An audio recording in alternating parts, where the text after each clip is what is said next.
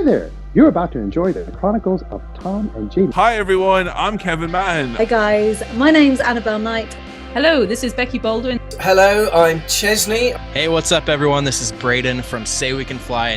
Hey everyone, I'm Jacob, the vocalist of Record the Remains.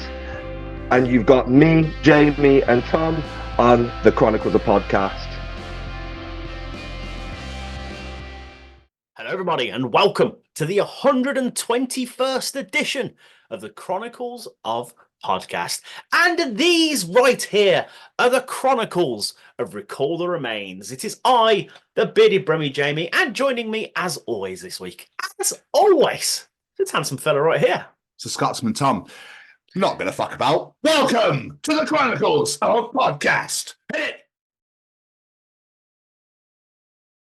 Ladies and gentlemen, this week we are bringing you a very special guest, a frontman for one of the most promising rising metal bands here in the UK, a band who are generous enough to headline our second live show last year, a man whose band, quite frankly, almost made me throw up with a moment in one of their music videos earlier, Fingernails. Oh. This week we bring you the man with the growliest voice and the most beautiful dreads, because we are joined by Jacob Collins to bring you the Chronicles of Recall the Remains.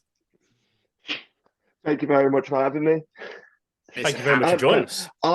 Do you know what? Sorry, very quickly. The fact that you said that scene nearly made you throw up, just... Yes. Oh. Fingernails and eyeballs I can't deal with. We literally went into the purpose of, we want to try and make this disgusting. You succeeded. It looks so real. It just looks so honestly, real. The VFX and the special effects artist that did it, absolutely amazing. She did such a brilliant job. And all of it was like, she got the prosthetics and everything like that, but everything else was just on the day, done on the fly. Oh, wow. Okay. Yeah. It's like, as you see Elliot getting more and more bruises and injuries and everything, just getting done as it go along. That's amazing. That's She's genius. honestly fantastic. She's fantastic. She is absolutely fantastic. Oh, wow. Okay. Well, we'll get on to music videos a bit later on. But first of all, Jake, how has your Wednesday been? How are you doing? Are you well? I'm all right, mate. Just trying to pass the time most of the time, to be honest with you. What do you mean? I start a job. I got a new job in like August time, and I start at 6:30, but I'll finish most time like before 12 o'clock in the afternoon. Wow. Okay. And I also get a full week's pay as well. Yeah. So it's like, I know it sounds brilliant, and trust me, it gives me so much free time.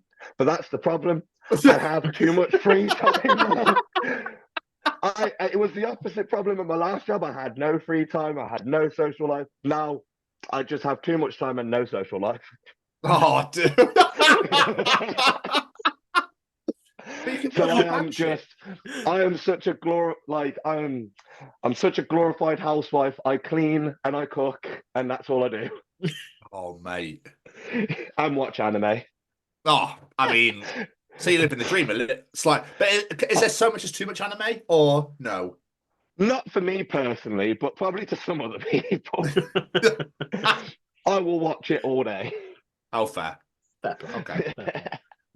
I've got a friend like that. He literally just sends me lists of animes telling me I should watch, and I'm like, one day. See, I will. Same with band. Band, like Tony has watched some anime. The others haven't. So they typically, it's like, I don't ever talk to them about anime because I will just ramble about it, and I could go on for ages about it. So it's like, to save you and me, I just won't bring it up. But I was just gonna say, I'm definitely one of those people that if you say you should watch that, I'll go, you know what? I'm all right. I'm not gonna. You know what? The one thing that I love to do is, like, especially to my friends that actually watch anime, is like, one of my friends is that she can be quite emotional. So I will deliberately give her ones that are either going to, one, make her cry or freak her out. Always do it, and it's one of my favorite enjoyments. Yeah. I'm starting to see a pattern here with you. We wanted to make you sick with this music video. Hey, look, let's make you cry. The worst part is, like the Life Takers one, like the guys agreed, like, and everyone put their idea for it, but it was me just being like, I want a torture scene. You got it, and it works. It looks great. But... Exactly. A little too great, you could say. You know what? I've heard some people. I think it was the Beers podcast that Nikki from that does the Derby Altfest gigs. She's a part of. That actually said we could have turned it up more. We could have made it more gruesome. And I was like, bet. When it demands it, we will try and make it more gruesome. We'll try and make it to where it's 18 plus only on YouTube. Oh, God. I was going to say, isn't there a limit where you should go? Nope. Yeah, so like I would like to try and get it to a point to where it just gets removed off YouTube. Recall the remains. Just in violence, nothing else, but just that much pure violence that it just gets banned from YouTube. The only band that want to be banned from YouTube. I love it. It's great. Could you just, because it would just, not only would it be a brilliant music video, but it would like everyone would share it more, just like, oh my God, this video got banned from YouTube. I must try and find it. And it's like, it's working. You can put it in the band, you can put it as a band motto. Yeah. That'll draw more people in. Just being like, click on our sneaky link, and then they come up to the music video and just torment people. Oh. Right, before we talk all things Recall the Remains, let's learn a bit more about yourself. Take us back to the days of your youth. What did you want to be when you were growing up? Has it always been music as a focus for you, or something completely different? Yeah, no, I've always wanted to be in music. I can still remember turning around to my older brother when I was like, early primary school. So probably about year 6 when I first got into metal. I turned around to my older brother when we was in Birmingham City Centre, and I was just like, I want to do rap and metal music. Not together, but separately. Oh, okay. Yeah. I haven't done the rap part yet. We're doing well on the metal part. Yeah. 1 or 2 ain't bad. Exactly. Like, you know what? At some point, I've got friends that do it, so it's like at some point, I might do it, and I might just do an EP and then just release that and just be like, that's me done. You're just saying you've got a lot of free time. Exactly. I just need the money to actually afford studio time. That would help. It does. But yeah, no, it's literally, I think it was like pretty much what got me into metal. And then just started listening to it, and I was like, I really love this. And then just seeing like live videos when I was younger, I was just like, this looks so cool. I was like, I really want to do this. And then I ended up started being a bassist, and like when I was at secondary school, I did try guitar, but just didn't click. Like, just did not click. I was just like, I do not get this. Then I tried bass, and then I was a bassist until I joined this band. So yeah, it's like I've released stuff with previous bands, with a previous band of me being on bass, doing the odd vocal here and there. But it really came to when I joined. I was in one of my last jobs that the other guys work at, and I started just becoming friends with them. And I was just like, I've always wanted to try doing vocals. Can I join for a song? And they were like, yeah. And then it stayed like that for like 6 odd months. And I just kept doing more and more of the set without actually getting told if I was in the band or not. This kept me there, just teasing me, just like, maybe. You do have an incredible sound to your vocals. Where does that come from? Was inspiration from other vocalists, or is this a sound you found on your own? Oh, I definitely put it down as like, it's inspirational. Like, I do try and like come away from obviously trying to imitate other vocalists. Like, techniques, cool. But I think we've all most vocalists have all tried to do like the Will Remote scream at this point now. But yeah, no, it's like before it was like I wanted my mids to sound like Radley Blythe. My lows, it was like, what was it? Like Alex that used to be in Chelsea Grin, his lows, and like Eddie Amirez, All Shall Perish, his highs, and then just kept bouncing between people because I was like, if I keep bouncing between and then keep going through these influences, I will find my own like voice in the end. But yeah, no, definitely was. It started off inspirational, and then like I've found my own now. Yeah, it's incredible. Your voice is unreal. I'm not gonna lie. Oh, thank you. So Thank you. it's like, have you ever had like lessons to that sort of thing, or is it all completely self-taught?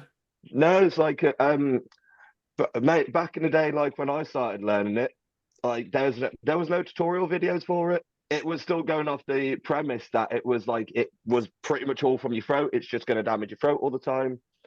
Like that's when I properly, I think I started to learn screaming in like year 10, and then just carried on, and then until I joined this band, that's where actual progression happened in my vocals. But yeah, no, it's taken me a while to get where I'm happy with my vocals, but not completely content. Yeah. Okay. Yeah, we could definitely be a bit dirtier on some songs. So the one thing that always gets me with singers, especially, is that point where you go, you're just doing it because everyone loves singing along to their favorite songs, and it's like, holy shit, I'm good at this. I can join a band. Yeah, no, for me it wasn't like singing's one of those things that like I will do like from time to time on tracks, and I would love to do like some solo stuff of me doing singing, but I never want to do a large portion of me singing because that's Jordan's duty. Like I'll be backup for Jordan, but that's Jordan's part. Like I don't want to take over that part and then just me doing screams and singing, then he just does singing. Like no, I'd rather back Jordan up because his voice is so much more powerful and so much more distinct that I'm just like, you carry on being the singer, dude. I'm fine with just being the screamer. But it works so well. Yeah. The blend of it, just the mold of it is just, you have something quite unique and it's exciting. I'll put it that way. Like, so when I spoke to you back for Razor's Edge last year or 2 years ago now, whatever, like that's when I was introduced to you. So when I started listening to stuff, I was like, oh my fucking God, this is great.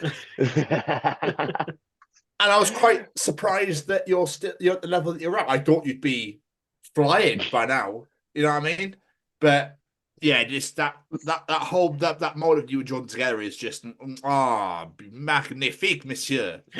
I think it's literally just being like, without trying to like not tooting our own horn or anything like that. I think it's just literally just like keep going, keep doing what we're doing, and then like we might catch someone's eye, and then it could literally just catapult from there. Like just keep doing the shows and everything, because like the more people that keep like wearing our band merch and keep like mentioning our names, places, and everything like that, something's bound to happen. Yeah. Like hopefully, anyway. That's my dream, anyway. But yeah, I think if you keep going the way you go, my friend, a dream will be achieved. So yeah, absolutely. Because you're right. Sometimes all it takes is that one song. So yeah, one song's got a hit, and to the moon. Exactly. Like when we got told that, it's been like, out of the 3 releases that we released last year, we didn't think that Empty Woods would be the one that gets put on Kerrang. And then when it went on Kerrang, we were like, oh, he's just gonna play it. Then that he might introduce the band and then just play it. But he actually did like a little kind of speech for us, and we were just like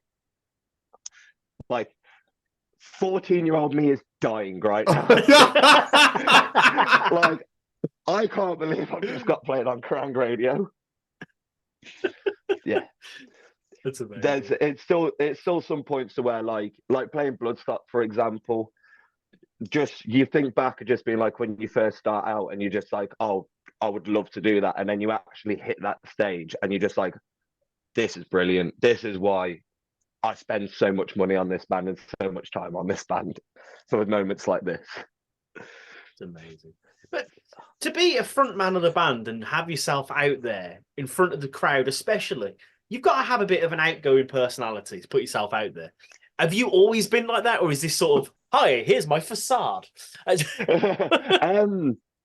kind of a mixture. It really kind of depends, on my mental state more than anything, because I'm not gonna like after we came back from the lockdowns for like over a year, I was throwing up before shows and during sets as well. Fuck. Yeah, it's just like we would be in the midst of playing, I would start feeling sick because of anxiety, and then I would need to just basically, I'd tell the guys to just carry on playing. I would turn off my mic and I would go and throw up and then come back on. Mate. Yeah, it was to a point where it was just like, I thought it was down to food, everything like that. And then when I realized it was like anxiety and panic attacks, I was like, oh, okay, sick. But I'd say like before the lockdowns, I was probably more outgoing, but since then, and then everything else, I've become more recluse. But then like as soon as I get out of that shyness, you were kind of wishing that I went back to being shy, because I am weird. I am a weirdo, I'm not gonna lie. And yeah. And that's what makes you unique, though, isn't it? That's what makes you a great character. Like, yeah, you should never. I don't understand when people be like, "Oh yeah, but I'm a little weird." Like, and why does that matter? Like, I think everyone's a little weird, aren't they? Everyone realistic. I think sometimes you have to just like pre-warn people so that when people turn around and be like, "You're weird," it's like, I did tell you I'm weird. Yeah. It's just like insurance in the end of the day. I tell them just to cover my own back. I love it. I love it. But it's what made me laugh about it. Like when we did our live show and you were there, like you're just chilling out on the stall, just the whole night, just chilling there, be like, "You're right." And then suddenly you get on this stage and this fucking monster appears. His voice comes out, and I was like, "How the fuck is the dude that was just chilling there? Like, what? Did he take the do-rag off and this monster just comes out? Like, what?"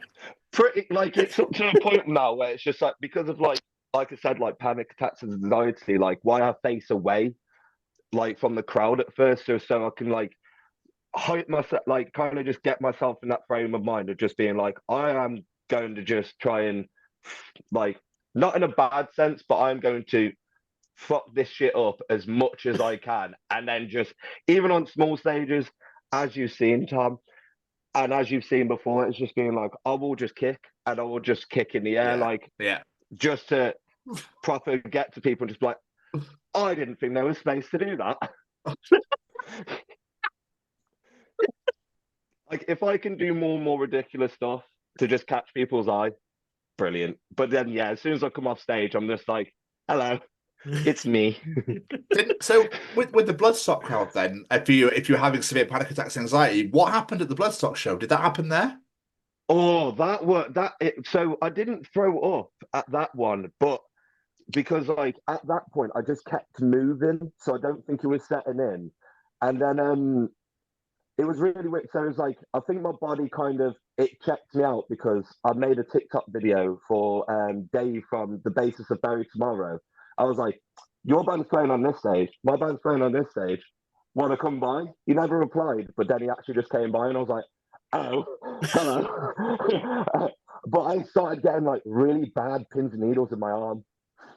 Like in both my arms, they were just going like to a numbness at point, and I was just like, oh god, this is I couldn't, there was like nothing I could do to kind of just take away from the anxiety of it all.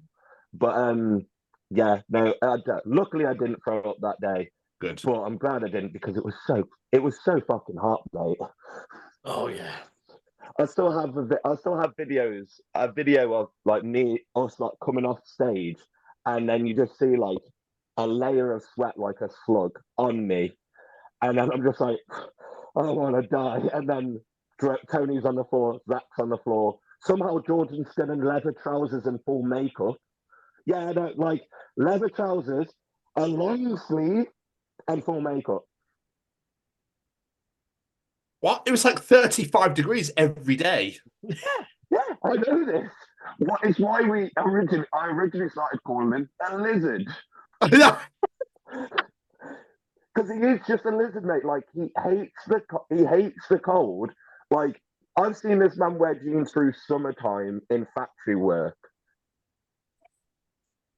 Like skinny jeans as well, not loose jeans, but skinny jeans. Damn. Yeah, he's a lizard. He's definitely part lizard. He's part lizard, and he's still just stuck in the face. He can't get out of it. But go back to the origins of the band. Recall Remains' the first song was released in 2017, but you're saying you weren't in the band when they first got together, is it? No. So it's really funny, in fact, it's been like when I did my first gig is when Recall the Remains did their first gig. I was in my first band, they were doing their first gig, and then we did another gig together in like Broseley Social Club, a little town that's near Telford. We did another gig there, and then like went our separate ways. They lost a fair few members, and then it was only Elliot and Jordan that actually stayed by. They then got Tony and Zach in, and then then they released The Will of Your God, and then I joined after that. But because they were so close, I'm pretty sure it was either they were so close together of my announcement and the release that people thought I was on the track, and then I got told I'm not allowed to tell people I'm on the track. So when people complimented my vocals, I was like, yes, that was me. Fantastic. Gracias. So it's like if you go and listen to The Will of Your God, none of it's me. None of it's me on there. It's all Jordan. And you could probably tell because that's when they were a bit more proggy. Fair. Yeah. Well,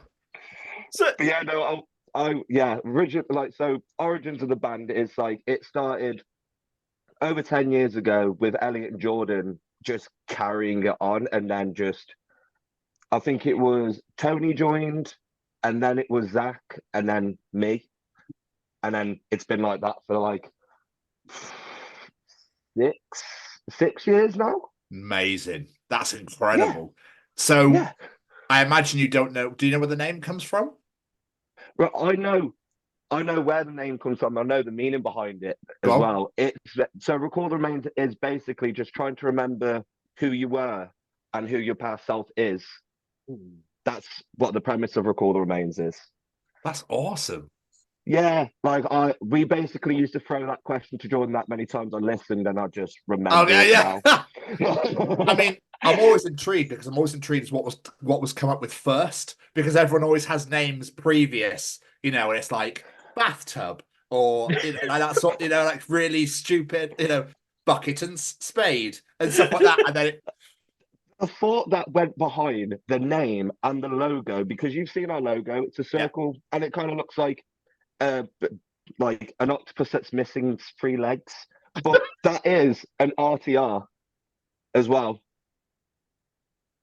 Yeah, you're thinking about it now. That circle, you put that middle in between it. It's an RTR. Huh. Holy shit. Yeah, but they thought about this 10 years ago, and the premise of if we do necklaces, then it would be really cool. What a genius marketing mind. I love that. That's amazing. They did brilliant for it. They put like a proper nice and meaningful a meaning behind the band name, and then just be able to just franchise the logo. And it is a badass name as well. Like when I was doing my research, the amount of places I saw Recall Remains, great name. Do you want to know the amount of times that people have actually got our name wrong? And it's like we've had on letters to where we've been like through payments to where it's been like recall the recall, and we're like okay. When people ask you what your band name is, and I'm just like Recall the Remains, and they're like the Remains, and I'm like no, Recall the Remains. We've taken the piss. We've called ourselves Recall the Rejects. But yeah, no, I personally think it is one of those. It's one of those band names that has been like, it's so similar to other ones because of like the remains at the end, but because we've got the recall, it stands apart just a little bit. But I think they did go on to that era of just everyone's putting in their band name remains somewhere.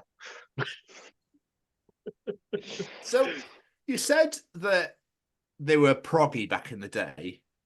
Yeah. So how do you now find the style then of like a metalcore, deathcore, melodic, deathy stuff smashed together? How has that happened? I still actually, because I'm a prog fan as well. So it's been like, if they create weird riffs, I actually will try and still do stuff over the top of it that's equally as weird.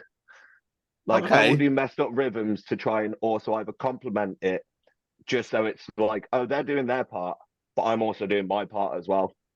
But it still gets like, actually, it's still very much a part of us because it's like with the new stuff that we've recorded as well, it's nothing like the ones that we've released before. These next three ones are completely different. Like we've went onto a massive curveball of it as well. So that's quite fun. Like we have one that is just like one that's just pure, like a pure riffs. It's just pure riffs all the way through. It has riffs, a solo, a breakdown, and like a very uplifting bridge. Yeah, it goes uplifting bridge into a really like hit you in the chest solo, and then pre-breakdown. I'm not going to spoil that much fun for it, but that is my favorite section, and then it goes into a breakdown. Color me intrigued. It's just crammed. It's like there's the other one that's like very new metal, to be honest. Like, yeah, very, very new metal, Linkin Park sounding. Yeah. But then you could throw in a little King 810 in there as well. And then both those ones are very kind of like short, compact songs as well. And then we have the one afterwards that is like an amalgamation of other stuff, but then has just a techno intro. Men. Yes. we have, so like those three songs we have played live like last year, and we just or the year beforehand, we just stopped playing them because we're like, we don't want to get too married to these songs because we know they're going to change in the studio, but they are going to get released this year. We just need to build up our funds so we can actually do like merch bundles, PR release, music video for the one, and like getting CDs and everything done. Yeah. A lot of money. I've had to calculate it all. A lot of money, but it will be completely worth it. Amazing. But what makes you guys stand out? I know we spoke about it earlier. Is the fact that you've got the double vocals of yourself and Jordan. What's it like with that dynamic when it comes to songwriting and deciding who sings what parts and whatnot? There's not actually at any point that like me and Jordan will disagree with stuff. Like I know for a fact now it's because like he's taken a step back from being like, because we will on live we'll say he is a main vocalist because he backs me up on some parts, and I want him to be equally as loud as I am. But he was afraid of it when I first joined. He was like, I'm just going to be the chorus boy, and then he is just chorus. So anytime anything else, it's like I know that I've got the verses depending on what the song sounds like, and then I know he's got the choruses. With some of the new ones, we have changed it up a bit to where we're both on it and we're both doing the chorus. But yeah, no, his singing, because of how great he is, complements the kind of pitched low screams I can do. So they just merge really well. And I would love to try and do more choruses that we can have together, because I just think it works so well. So when it comes to the writing process, then is it you both together, or like? Typically, I will come up with like a kind of scratch idea and everything like that, and then I'll go over it with Jordan, because what we what we do in this as well is that I'll write stuff, but then we actually tab my rhythms down on Guitar Pro. Okay. Yeah, so it's just like, so we can find out then if there's any polyrhythms. Can't have polyrhythms in my band. Not allowed. It's against the rules of Recall the Remains. But it gives me a chance to, like, if I want to try and do like faster stuff as well, I can actually then just, without continuously messing up, I can literally learn to get faster and faster on something. So it makes me strive. But yeah, I'll go around to Jordan's, I'll tap out the rhythms whilst he puts it in. And then he'll also help me like kind of structure it a bit, so it like make a bit more sense, because sometimes a lot of my lyrics don't make sense. Okay. They make sense to me, but that's not beneficial to everyone else. Because obviously, if your lyrics are like personal, say, is that not difficult for Jordan to sing, because obviously it's your experience, not his? So no, it's like a lot of the points. It's like with actually one of the new songs, for example, like on most of the stuff, it's like I will come up with like a bass chorus, just so it's like gives you a kind of like, it gives him an idea of what to kind of aim for, but he can do what he wants with it. Like I don't tell him that he has to stick to a chorus, but there are some points that he will just keep the chorus because he's like, I like it. It makes sense.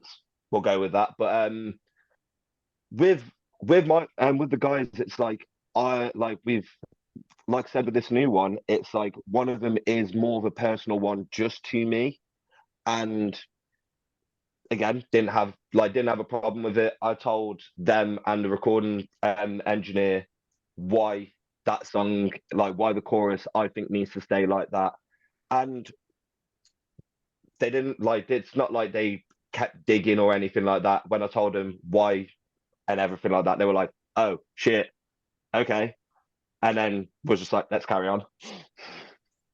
That was really about it. Like they don't any kind of personal stuff kind of just gets let out, but then it's not straight to people's face that it's a personal song.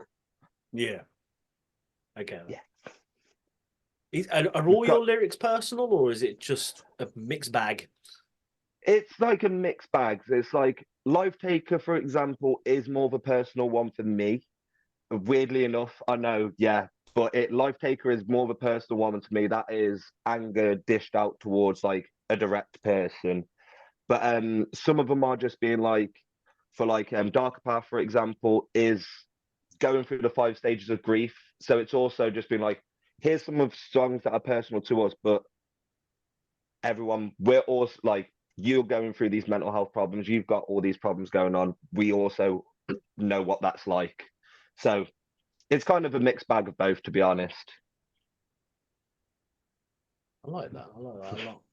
But just think, I just realised we've been talking about the band, all the way you write songs and everything, but we've not really described the band's sound. There could be people listening to this who go, like, I still have no idea how the fuck this band sounds. How would you describe the band if you're trying to sell it to someone? If it was to use one word, it's just metal. Like we've had so many people that have reviewed our stuff that'll put us like, oh, like bits of deathcore, metalcore, and just like everything in between. And it's just like, it's hard to kind of pin us down because of all of our influences. So it's like, it's just easier to either just say metalcore sometimes. So it's just like metalcore band that loves dishing riffs, and then slow as fuck, like as slow as I can get the guys to go. But if I could get them to go slower, then it would be brilliant. But sick riffs, big choruses, and sick as fuck breakdowns. That's how I'd describe our band. I like that. Love it. And then, but 5 weirdos from Telford, from the Shire. You've mentioned that there's 3 new tracks coming, right? But if we can't talk about this, it's absolutely fine. I'm still going to ask the question, and if we need to move on, we shall. Oh, yeah. come back to us. Yeah, there we go. Jacob, is there an album coming? Yes. Oh, I have. So the idea for the album is the reason why we're not releasing these songs as singles. okay. Yeah, they're going to be dropped at the same time as the album because we didn't basically. It gives people a reason to go and listen to the album, but we are putting on the 3 songs that we released last year. So we've got Fairfield on there, we've got Live Taken, we've got Empty Woods on there, and then coming back as well is like The Night Will Bleed, Our Hell, and Darker Path. Okay. So we're gonna have a 9-track album with 3 old songs, 3 singles that we released last year, and 3 songs that no one's heard the new versions yet. Ooh. Until next week, where we play with Rituals. We'll play as long as practice goes well, we are going to be playing one of the new ones next week for that tour. Okay. The only reason I say that is because I've just recently left Wales, and I know that you're playing Cardiff, which is I was very close to. I'm now back in Cheltenham, and I was going to come. Yeah.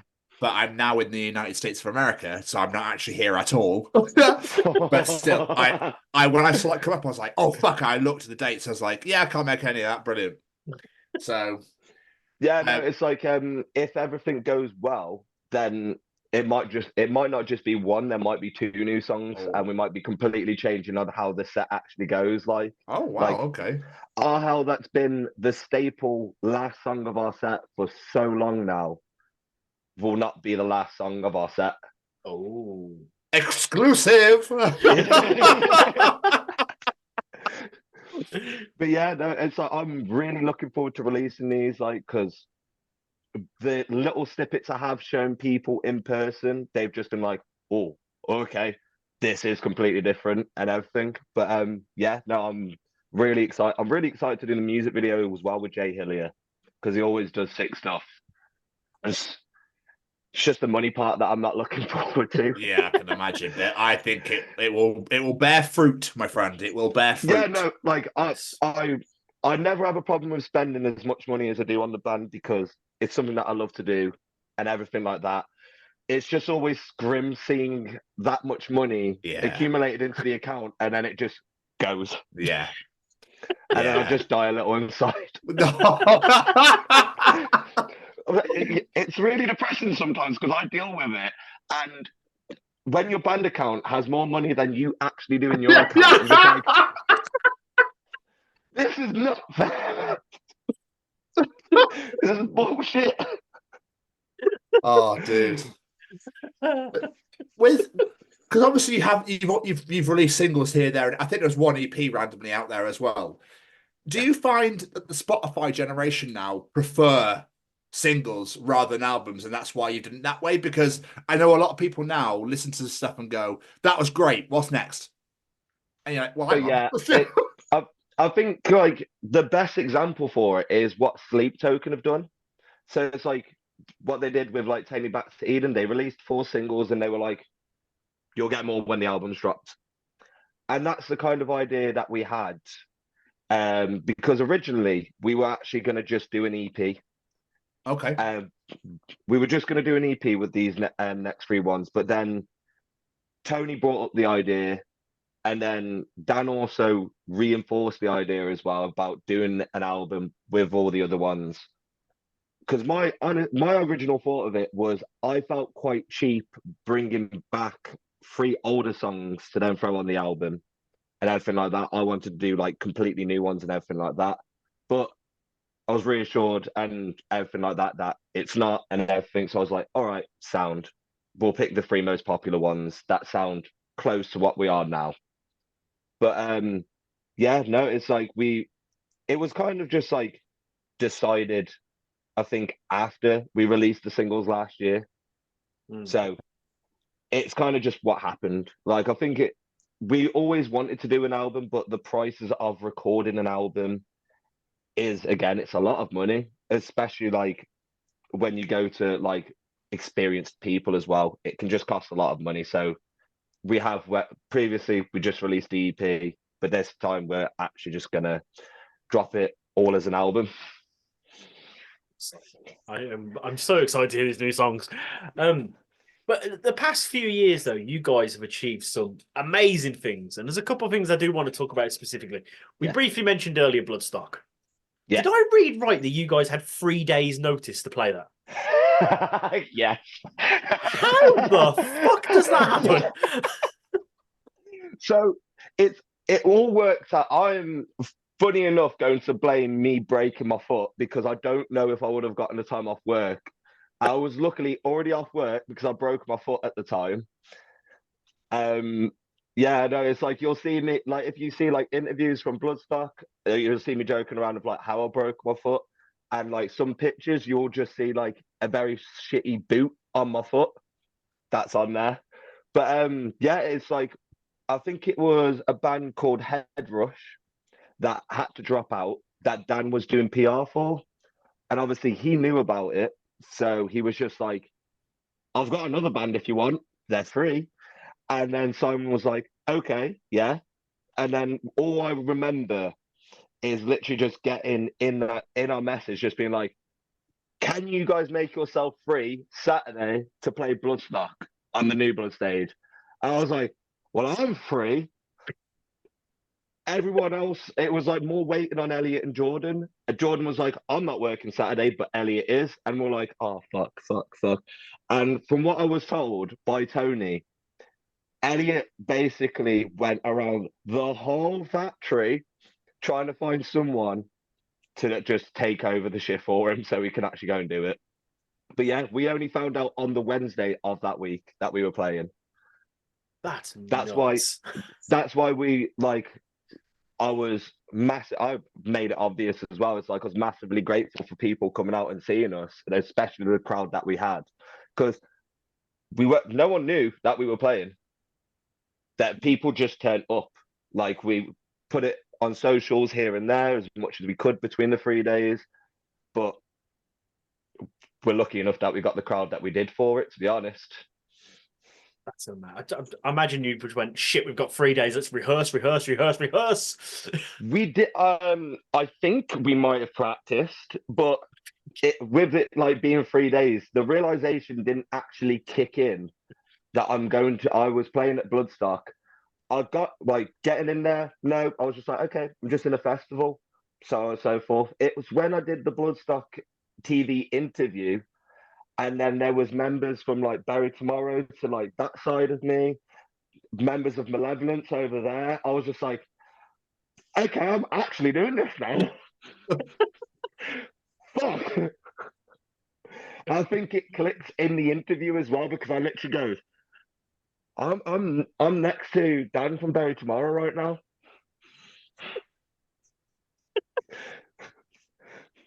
But yeah, there wasn't enough time to unpack like playing at Bloodstock or anything like that. It was just literally just a roller coaster of 3 days and emotions just being like, "Oh fuck, we're going to play it."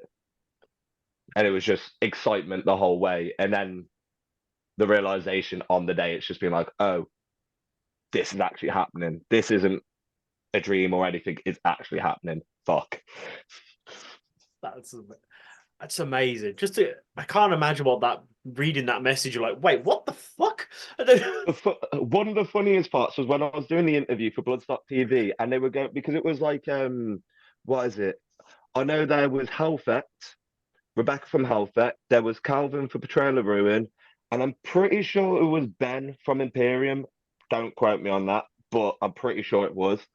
And he was going through because obviously they were competition winners for Metal to the Masses, and they were like, "Oh, so how long have you known?" And then as soon as he asked that question, I was the last one to answer, and I was like, "I can't wait to get to me." That all just been like, "Oh, I knew in January, or we knew in like March." And thinking, I was like, "Wednesday," and he was like, "Wait, what?"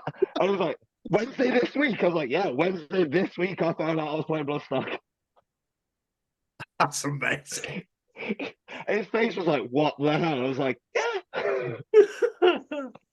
That's amazing. It was hilarious. It was just the fun. It was just the funniest thing, and it still is. It still is. The fact that you pissed yourself laughing when I asked the question proves that. It's because it's always just those things. It's being like when it's like, especially when people found out, just be like, wait, did you only actually find out 3 days before? And it's like, yeah, yeah. Play to like 200 odd people with 3 days of notice. Crazy. Wasn't shitting myself. And also last year you got to support Cavalera on their European tour in Wolverhampton. What was that experience like? That was also a mad one because Zach wasn't there. He was in Iceland. No, he wasn't. He was in Turkey. He was in Turkey with his girlfriend. And I was actually in Budapest at the time. I was in Budapest at the time when I got that message through. And I was supposed to be ignoring my messages and enjoying my holiday. But I saw that and I was like, let's do this. Oh, Zach's on holiday. Let's do this. And then just because I didn't get replies from the guys in like 10 minutes, I was like, this is the good time for me to delete Messenger right now so I don't get annoyed. But as soon as I saw it gone into our calendar, I was like, thank fuck they said yes. But playing with Cavalera, like playing on that stage and sharing the stage with Cavalera was insane. Like the audience alone, like the room was packed. It was either sold out or it was near to selling out at KK Steel Mill. I was like, fuck. Like, I felt like royalty because I had 4 monitors in front of me. I was like, oh my God. And I've got so much room. I've got so much room for activities. Yeah. I was a gremlin going from side to side. And I went to stand on the PA speakers as well. And then I went all the way to the other side to stand on the other PA speakers. Amazing. But yeah, no, it was actually insane. Actually, like getting the opportunity to actually play alongside Cavalera. I never unfortunately got to meet Max. Oh. I'm pretty sure he was just in the dressing room the whole time, which is understandable when you are quite an icon in metal. And if you're just dotting around everywhere, you're just going to get swarmed. Yeah. Like the amount of people that asked me if I had met him, and I was just like, no. And they were like, oh, well, can you go and get him? And I was like, no. You mad? I'm not knocking on that door. Like, I'm just a random person to him. How did the opportunity actually come up? How did it even happen? So Tice, that does the events for the KK Steel Mill, wants to, as much as he can, try and get local bands to perform with the bigger bands. So obviously it can just get the local scene going a bit more and everything like that. And he said to us at Bloodstock when we played, because I saw him there, and he was like, I want to get you a KK Steel Mill more. And we're like, just drop us a message then. And then obviously he dropped us a message and we were like, sick, yeah. The best, like, bear in mind, Zach's parents were at the gig as well. And I did get the whole room of people to shout, fuck you, Zach, because he was away on holiday. Phenomenal. I love that his parents shouting that as well. His parents came up to me and was like, did you really just have to slag off our son? I was like, he's away enjoying a sunny holiday whilst I'm in the rain. Yes. He came back and was like, my parents told me what you said. I was like, I'm just gutted I didn't record it. It wasn't planned. It was just spur of the moment. Just had a drink. I was like, this would be funny if people say it. And then everyone did. And I was like, that's really funny. Because I was, when we announced you for our show we put on, I don't know if you know this, my mum's partner is Tony from Stage Dive Photography. And he was at the Cavalera show and he just went, they were fucking awesome at Cavalera. Like, so glad to you've got them for the show. Like, so yeah. I love Tony. It's like, we've known him now, obviously, because of the scene and everything like that. We've known him for a bit. Like, he's done pictures for us at gigs. And he's done some fucking amazing pictures as well. Like, still to this day, one of my favorite ones was one of my old profile pictures. And it's a black and white one. and my dreads are in my face, and I'm kind of pulling up my face, and I just look sadistic. And I was like, that is such a sick picture. I was like, I love this picture so much. I think I know the one you mean, actually. Yeah, it's a great photo. Yeah, you know which one I'm thinking. Yeah.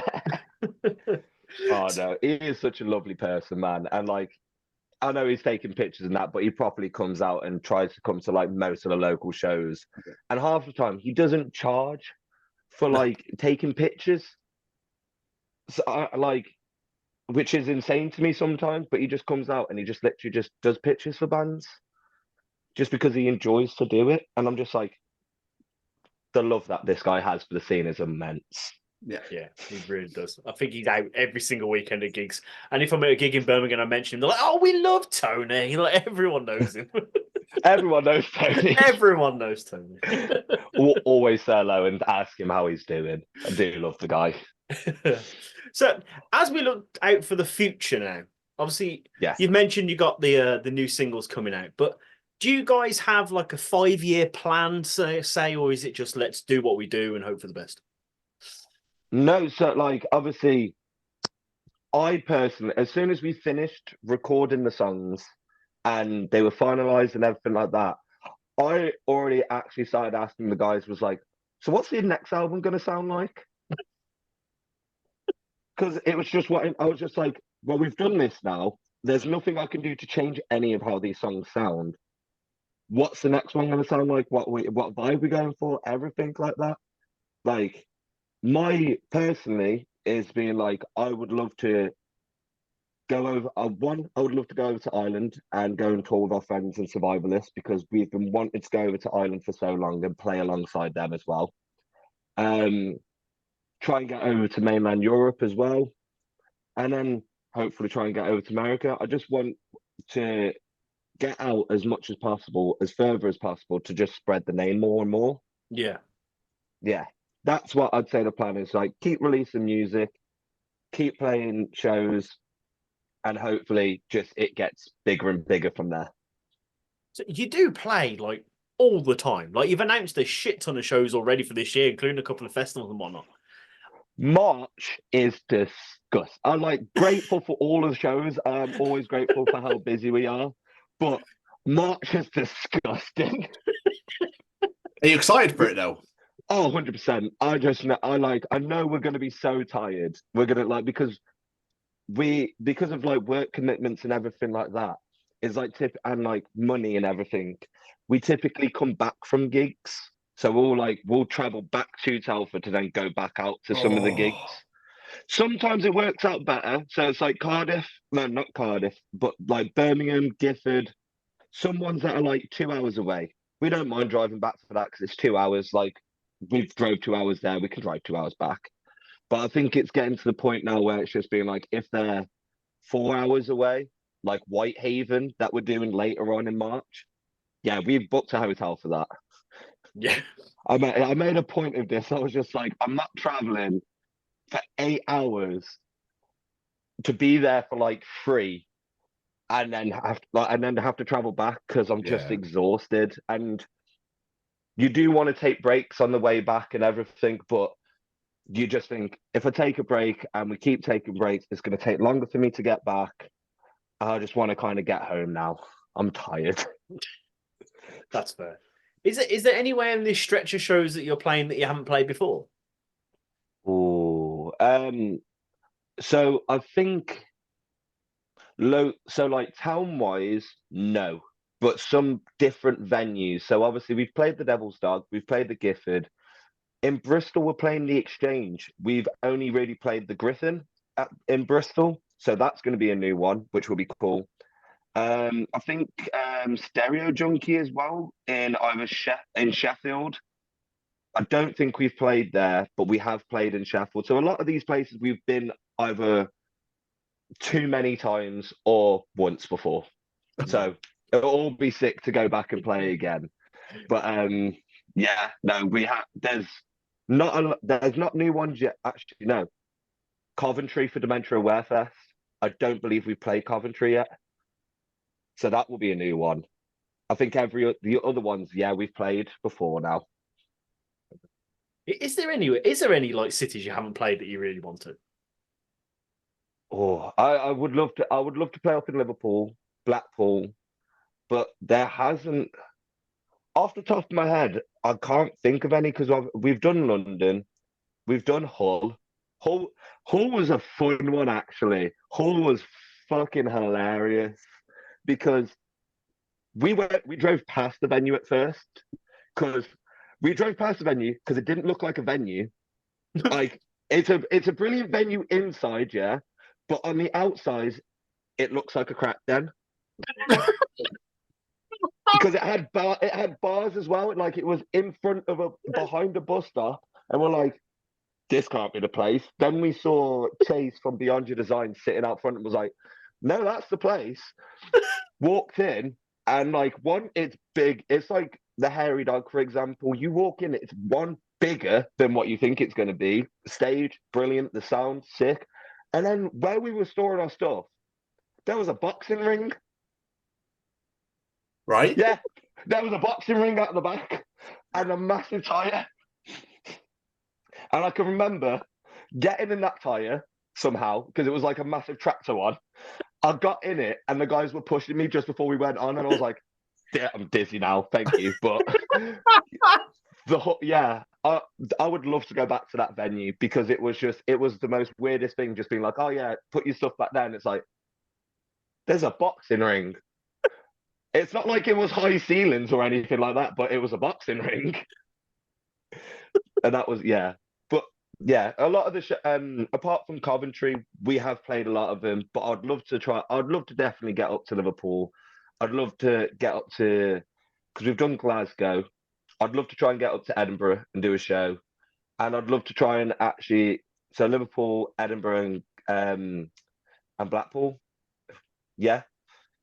Wow. Like, I know there's probably more and more cities that are out there that I'd love to play as well. Because honestly, lads, I just want to play like all the time at every city in town. That'd be fine with me. That's someone that's passionate about what they do, and you can't beat that. Yeah, can't beat that. Oh mate, like I've said this to the guys. I've said this all my life as throughout my career as a musician. If I can just, through music, make enough money to pay my bills and I just get to go around the world playing music, fine with me. Like, I'll get a second job. I don't care about doing that. I get to go around the world and play my music to complete strangers that like my music. Like, that's what I love. Incredible. Last thing from myself before we start wrapping up. If people are listening to this and they want to check out some Recall the Remains music, I like the sound of this guy. I like the cut of his jib, as they say. What's a couple of songs from the back catalogue that stand out to you as like a good example of what you guys are about? Fairfield is definitely a good example of what we're about. Like, it's heavy. It's heavy. It's got a brilliant fucking chorus to it. Life Taker is also a good example because it's got such a sick riff as well. And then we've got Our Hell, which also includes like the proggy side of the band. So just off the top of my head, like Life Taker, Fairfield, Empty Woods as well, because I know the guys don't like me saying this. It is kind of like our pirate banger. They hate me saying it, but every time I hear it play, I love the song as well. I love playing it. But I do just think, where it's just like, I'm just like, I'm on the shit. I'm sailing. But again, it is such a good song. So yeah, between Empty Woods, Life Taker. Do you know what? Just check them all out because I can't pick one. I can't pick one because I just keep adding songs because I was just about to say Darker Path as well. It's got fast, slow riffs as well. Incredible. But yeah, no, it's like Darker Path, Fairfield, and The Night Will Bleed. We'll go with those three. I'd say those are the ones that people would need to check out the most. Phenomenal. I mean, I was going to say, Empty Woods is probably my favourite one. I mean, yeah. I wrote Empty Woods, Life Taker, Fairfield, and Darker the Path as bangers for me. Yeah. But everything you've done is great. Like, I'm not just saying that because you're here. I'm not trying to suck your dick or anything. Like, it genuinely is it's just all great. Like you can't Thank go you so wrong much. with anything. So like I do love your band and I really enjoy everything. And I'm so excited for the 3 tracks you drop on the album, etc. But I've got a few more questions if that's okay. Yeah, go for it. We mentioned at the very, very beginning that Jamie felt quite sick after a nail was removed in the Live Taker video. Yeah. With music videos, Yeah. making them come up with the concepts and doing them, etc. Love them or hate them? I actually quite like doing music videos. I like actually coming up with like an idea that also goes with the music video whilst also standing on its own. I like going through all that stuff. And like even in the day, like where it's just been like recording stuff, because I think I like it more because we work with Jay Hillier, and he's a phenomenal guy to actually work with. And literally it's been like half the time it's like we literally just kind of bring notes of what we want, and then he'll literally just see it and he'll be like, "You can work with this. Let's do this." And he blows it out of the water every goddamn time. But I thoroughly actually like doing it. Like the Live Taker one was definitely more the one to where I was just like, we can just be like, this is very much like creative in a sense where it's like it's not just a performance part. It's not just like telling a story and everything like that. It is proper like camera angles, like like special effects, everything like that. Loved it. I remember you telling me a story back for the Racer's Edge interview about how the police got called on you during a music video. Yeah. That was actually I really wish we had the footage for it because that was Darker Past music video. So the big open space we were in, we were doing the music video. It was during the midst of the lockdown as well. So we were doing a lot of other stuff in the lockdown. And obviously Jay has the massive speaker. For the people that don't know, obviously, how music videos are done. Like, it's literally like one massive speaker will get played and everyone's miming to it, bar the drummer. He actually has to play his stuff. Oh. Yeah. I feel, side note, I do feel so sorry for drummers the most in music videos because they are in every angle. So if you're filming for 9 hours, they're playing for 7 hours. If they're in every angle shot, they need to be in everyone else's shot. Oh, never thought While of the that. others are getting to take breaks, the drummer's in every single shot. That's insane. It is. But yeah, no. So with the Darker Path one, the music was playing, everything like that. And then I can just remember coming away because I wasn't needed during a part. And then I looked back and I just saw these high vis and I was just like, oh, for fuck's sake.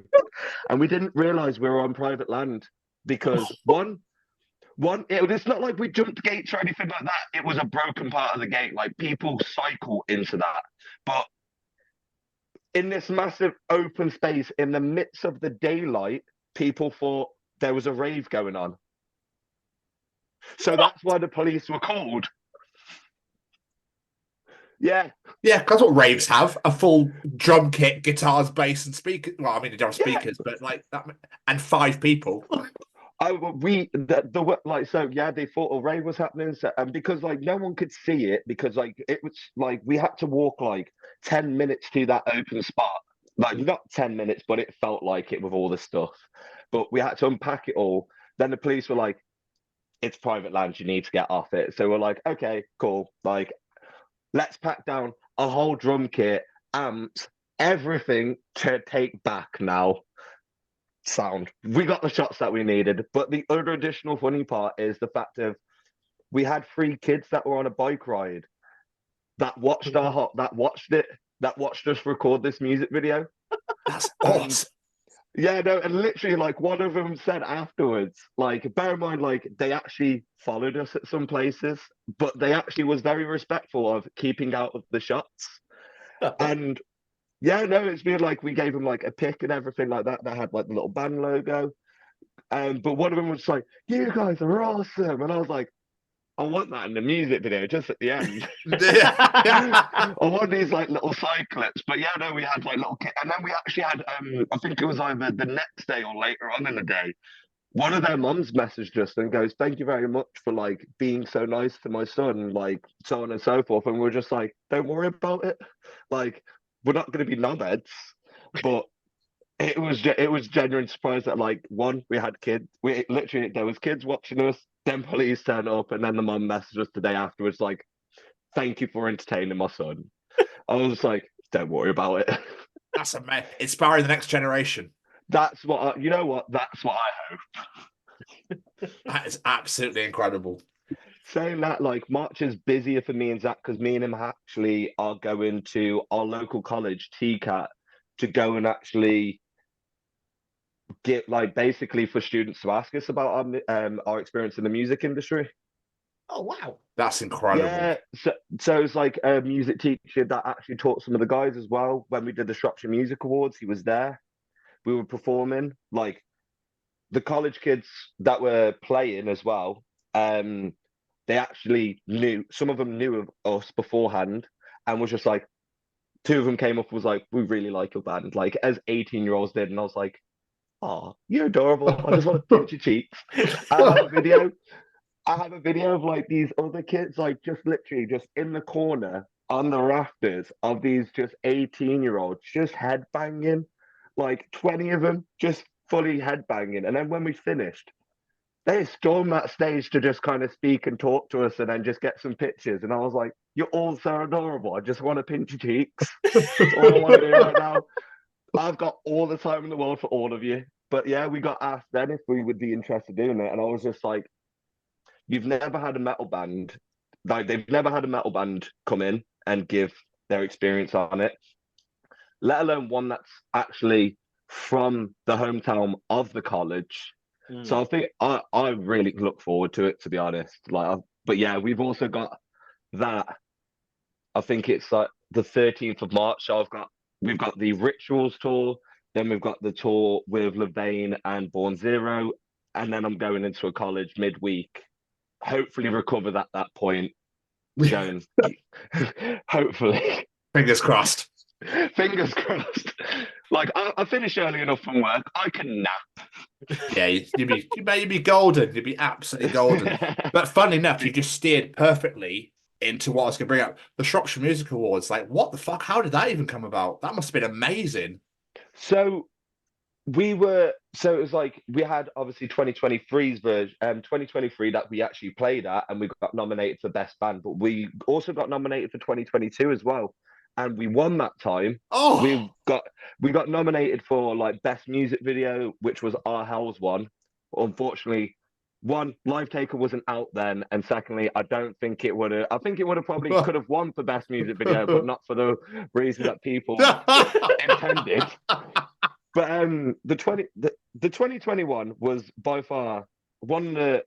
It was weird, for example, going both times because it was like Telford and Shropshire's not done this before, so it was a completely new concept. But the 2022 one was funnier for me because one, cool, show our music videos and everything like that. That's cool. But they brought up an old live music video from my old band. Yeah. And right. They played it on the screen. And I sat there and I was like, "Excuse me." I'm the only one that's from that band that's here. And secondly, you didn't ask my permission for that. But yeah, I just remember because I still remember that. I still remember those videos. And I just saw that and I was like, "Excuse what?" That's not Recorder Remains. What's this? I was like, "Excuse me, that's not Recorder Bass. I'm on bass there. Yeah. I'm not allowed to play bass anymore." In the band, anyway. I can play bass out of the band, but, well, I can't play bass as good as I used to, so I just don't pick it up anymore. That's fair, dude. That's fair.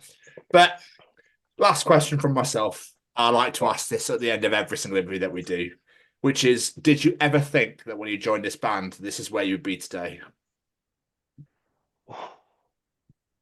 So it's always what I dream of doing and everything like that. But the success we've had, no, I didn't think we'd get that. You got to think it's being like, we're not from a city.